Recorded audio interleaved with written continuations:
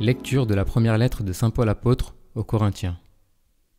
Frères, vous qui avez été appelés par Dieu, regardez bien.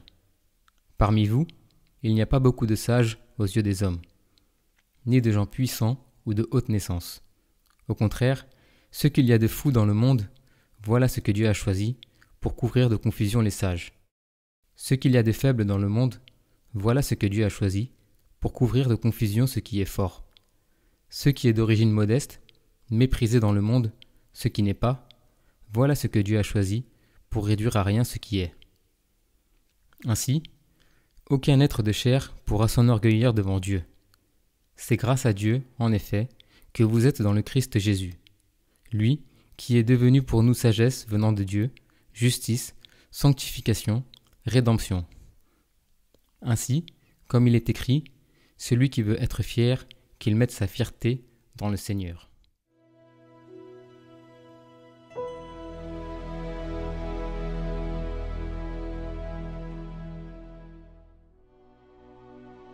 Heureux le peuple que le Seigneur s'est choisi pour domaine. Heureux le peuple dont le Seigneur est le Dieu. Heureuse la nation qu'il s'est choisie pour domaine. Du haut des cieux, le Seigneur regarde. Il voit la race des hommes. Dieu veille sur ceux qui le craignent, qui mettent leur espoir en son amour, pour les délivrer de la mort, les garder en vie au jour de famine. Nous attendons notre vie du Seigneur. Il est pour nous un appui, un bouclier. La joie de notre cœur vient de lui. Notre confiance est dans son nom très saint.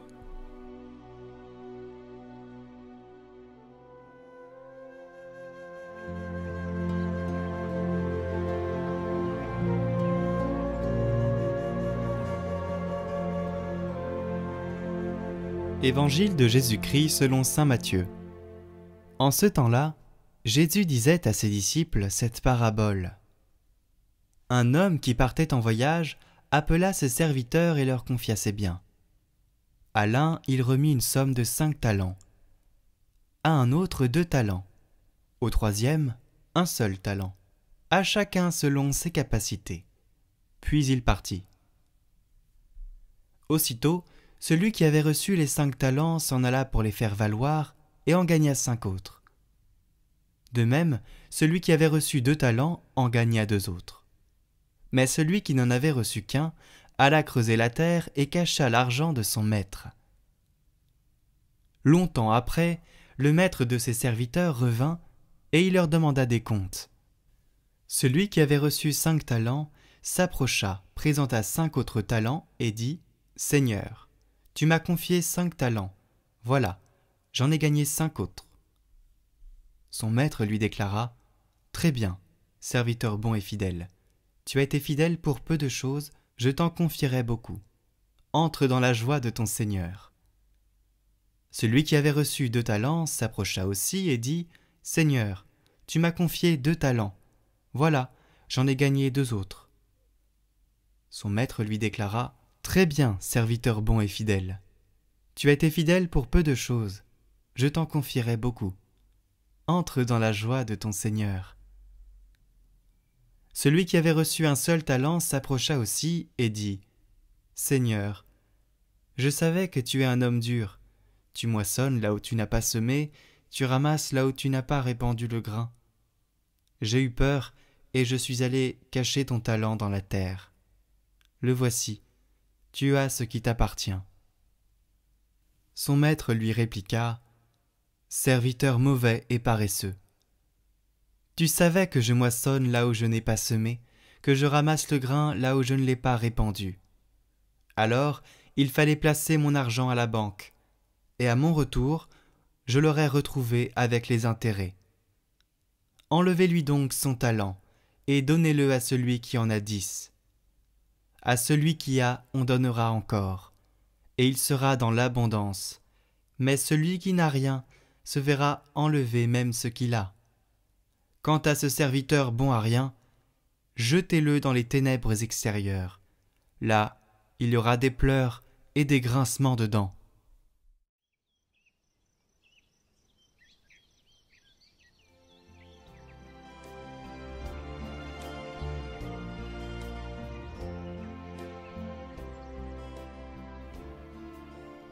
Commentaire de saint Padre Pio. Longtemps après, leur maître revient. Mes frères, nous n'avons encore rien fait jusqu'à maintenant. Commençons donc dès aujourd'hui. C'est à lui-même que saint François adressait cette exhortation, humblement faisant la nôtre. C'est vrai, nous n'avons encore rien fait ou si peu. Les années se sont succédées sans que nous nous demandions ce que nous avons pu en faire. N'y avait-il donc rien à changer, à ajouter ou à retrancher dans notre conduite ? Nous avons vécu avec insouciance, comme si le jour ne devait jamais venir où le juge éternel nous rappellera à lui et où nous devrons rendre compte de nos actions et de ce que nous aurons fait de notre temps. Ne perdons pas notre temps. Il ne faut pas remettre au lendemain ce que l'on peut faire aujourd'hui. Les tombeaux débordent de bonnes intentions. Et d'ailleurs, qui pourrait dire si nous serons encore en vie demain ? Écoutons la voix de notre conscience. C'est la voix du prophète. Aujourd'hui, écouterez-vous la parole du Seigneur ? Ne fermez pas votre cœur. Nous ne possédons que l'instant présent. Veillons donc et vivons-le comme un trésor qui nous est confié. Le temps ne nous appartient pas. Alors ne le gaspillons pas. Pour avancer et grandir sur le chemin de la vie, il ne faut pas avoir peur. Il faut avoir confiance. Nous ne devons pas penser qu'il est mauvais maître, dur et sévère, qui veut nous punir. S'il y a en nous cette image erronée de Dieu, alors notre vie ne pourra pas être féconde, parce que nous vivrons dans la peur et elle ne nous mènera à rien de constructif. Au contraire, la peur nous paralyse, nous autodétruit.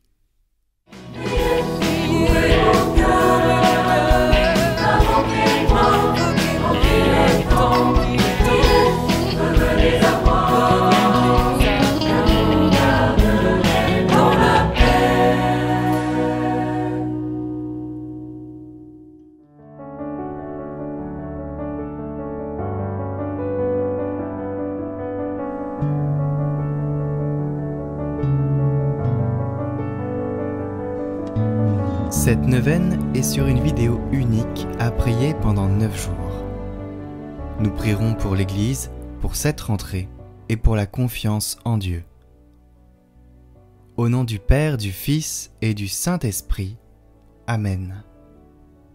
Seigneur, nous nous mettons en communion de cœur avec tous ceux qui font cette neuvaine. Tu as dit, si nous sommes 2 ou 3 réunis en ton nom, tu seras là au milieu de nous. Nous sommes là devant toi en ce jour, éloignés les uns des autres, priant à différents moments de la journée, mais nous te prions et t'invoquons ensemble, d'un même cœur. Daigne écouter notre prière et nous combler de tes grâces en cette rentrée. Viens Seigneur Jésus, nous avons confiance en toi. Seigneur, nous te confions cette nouvelle rentrée. Pendant cette année, nous aurons à nous réjouir de bonnes nouvelles et nous aurons à affronter des moments difficiles. Donne-nous la force de les vivre pleinement. Nous t'offrons d'avance ces bonheurs et malheurs. Accorde aux enseignants et aux formateurs l'enthousiasme de transmettre leur savoir et de faire grandir les jeunes. Donne-leur la joie de retrouver leurs collègues et d'accueillir les nouveaux. Que leur diversité soit une richesse au service de l'éducation des jeunes qui leur sont confiés. Donne aux enfants et aux jeunes d'apprendre et d'acquérir les connaissances intellectuelles, professionnelles et humaines pour devenir des acteurs responsables de ce monde et le servir au mieux. Que leurs parents puissent les accompagner avec justesse et amour. Fortifie les employés dans leurs tâches quotidiennes au service de tous. Que leur travail soit respecté et reconnu de tous. Que l'équipe éducative s'ouvre toujours plus aux valeurs de l'Évangile dans le respect des différences. Donne-nous d'être attentifs à chacun et de te reconnaître en tous et particulièrement dans les plus pauvres. Puissions-nous agir ensemble pour que la réussite soit en chacun de nous. Rappelons-nous que tu nous combles de joie.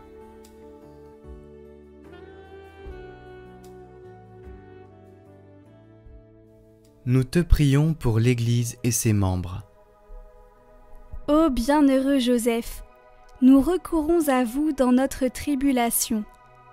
Et, après avoir imploré le secours de votre très sainte épouse, nous sollicitons aussi, en toute confiance, votre patronage.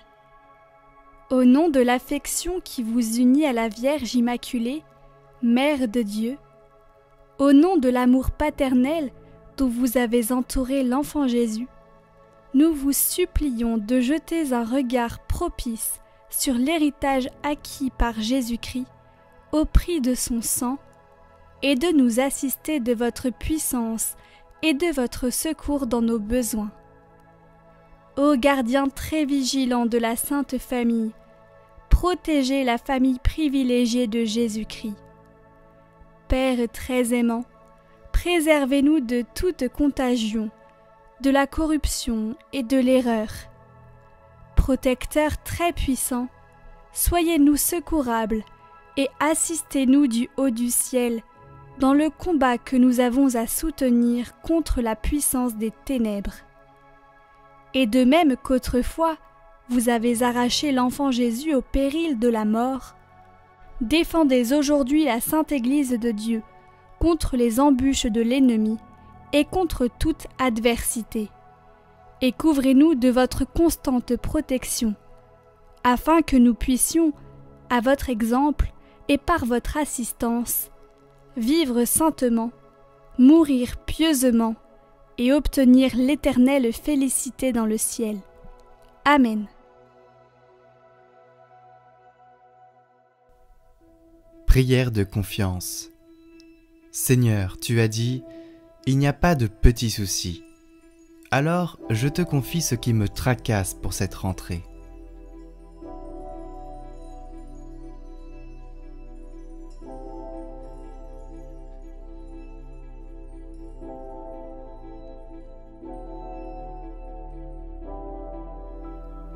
Merci Seigneur, j'ai confiance en toi.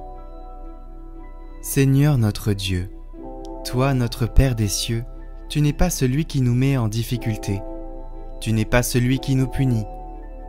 Dieu, source d'amour, tu es patient avec nous. Tu comprends nos faux pas et tu nous donnes de quoi nous relever et repartir. Si les lois de ta création jalonnent notre parcours terrestre, c'est pour que la vie soit possible, pour que chacun trouve sa place et puisse exercer sa liberté. Dans les situations que nous vivons, il y a les bons et les mauvais côtés de notre condition humaine, avec ses grandeurs et ses limites. Ne nous laisse pas nous enfermer dans des horizons trop étroits. Apprends-nous à nous dépasser en nous appuyant sur ta parole. Seigneur, en toutes circonstances, tu n'es pas l'absent qui nous abandonne. Tu es présence discrète qui nous accompagne et qui nous encourage intérieurement. Rien n'est écrit d'avance et notre destinée est surtout le fruit de nos choix, même si tu es le maître du temps et que ta vérité finira toujours par être reconnue. C'est ainsi qu'éveillé par ta parole, tu nous appelles chaque jour à choisir la vie et à préférer les chemins de ton royaume, où seul l'amour a de l'importance et de la valeur. Ton appel guide nos pas vers le monde à venir. Avec cette espérance, la réalité du monde se découvre à nos yeux. Des événements, des visages deviennent autour de nous des signes, des appels à renaître, des invitations à devenir ce que tu attends de nous. Ta lumière vient éclairer toutes choses. Quel que soit notre chemin, revivre est possible à travers la confiance au Christ et à la disponibilité à son esprit. Que nos partages nous fortifient et nous rendent bienveillants et fraternels. Amen.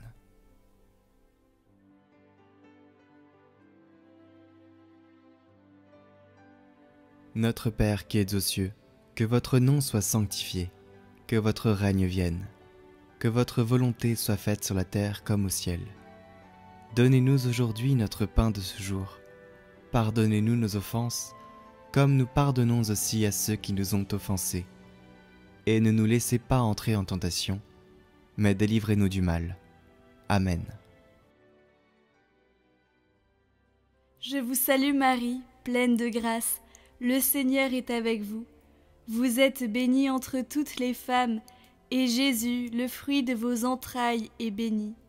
Sainte Marie, Mère de Dieu, priez pour nous, pauvres pécheurs, maintenant et à l'heure de notre mort. Amen. Gloire au Père et au Fils et au Saint-Esprit, comme il était au commencement, maintenant et pour les siècles des siècles. Amen.